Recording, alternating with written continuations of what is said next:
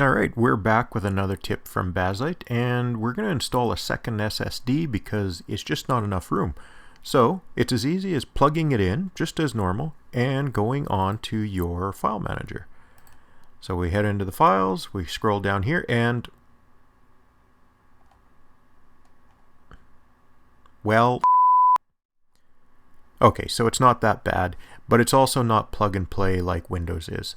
Although in this particular case, even with Windows, we would have had to do this. But don't worry, if you can't see a physical disk or the SSD is not showing up and you've just bought a brand new one, you've confirmed it works or you're about to confirm it's going to work, here's how we can check that out without going into your terminal and doing a bunch of commands.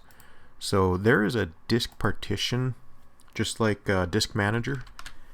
And so we simply go here, we go to our disks, and now we can see this. Now this isn't initialized yet. So that's what's going on with this. So we're going to do that right now. Okay, and once we're in there, we just have to click on this. We're going to create new partitions. Now in my case, I'm going to create this for general storage because my primary is right here. This is going to be my operating. And you might be looking at the same thing, just creating a storage for putting your games, game files, or any other files that you're using just as a normal secondary disk. We're going to click on this additional partitions and we're going to format. So we're going to name what we want. We're going to use it with the ext4. So this would be a Windows. This is if you're looking at just a small USB. So the one that we want is this one right here, the ext4. And of course, before we do anything, we're going to want to make sure that is our non-operating system disk that we have in there, and then we can format. Okay, and after that is done, we're going to want to mount this.